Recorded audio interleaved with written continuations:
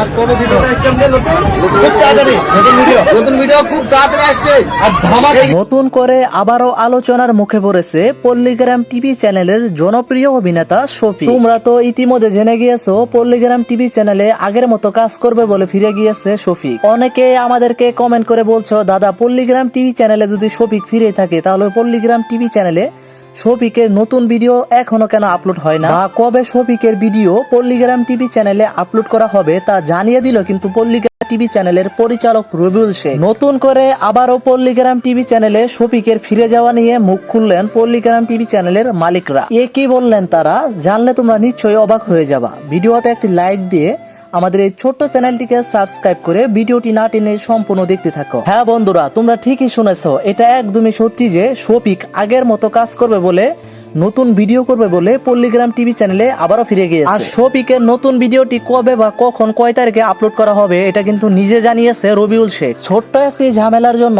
কয়েক মাস আগে পল্লীগ্রাম TV channel থেকে শফিককে বের করে দেওয়া হয়েছিল। আর পল্লীগ্রাম টিভি চ্যানেল থেকে বের হওয়ার পরে শফিকের কপালে যেন একের পর এক দুঃখ লেগে যাচ্ছিল। বন্ধুরা, তোমরা কিন্তু একটি মেয়ের সাথে শারীরিক সম্পর্ক করার মিথ্যা অপরাধে শফিককে গ্রেফতার করে নিয়েছিল পুলিশ। পরে কিন্তু সব আসল সত্য ঘটনা বেরিয়ে এসেছে। শফিক কিন্তু সেই মেয়েটির সাথে শারীরিক সম্পর্ক করেনি, বরং সেই মেয়েটিকে বিয়ে করেছিল।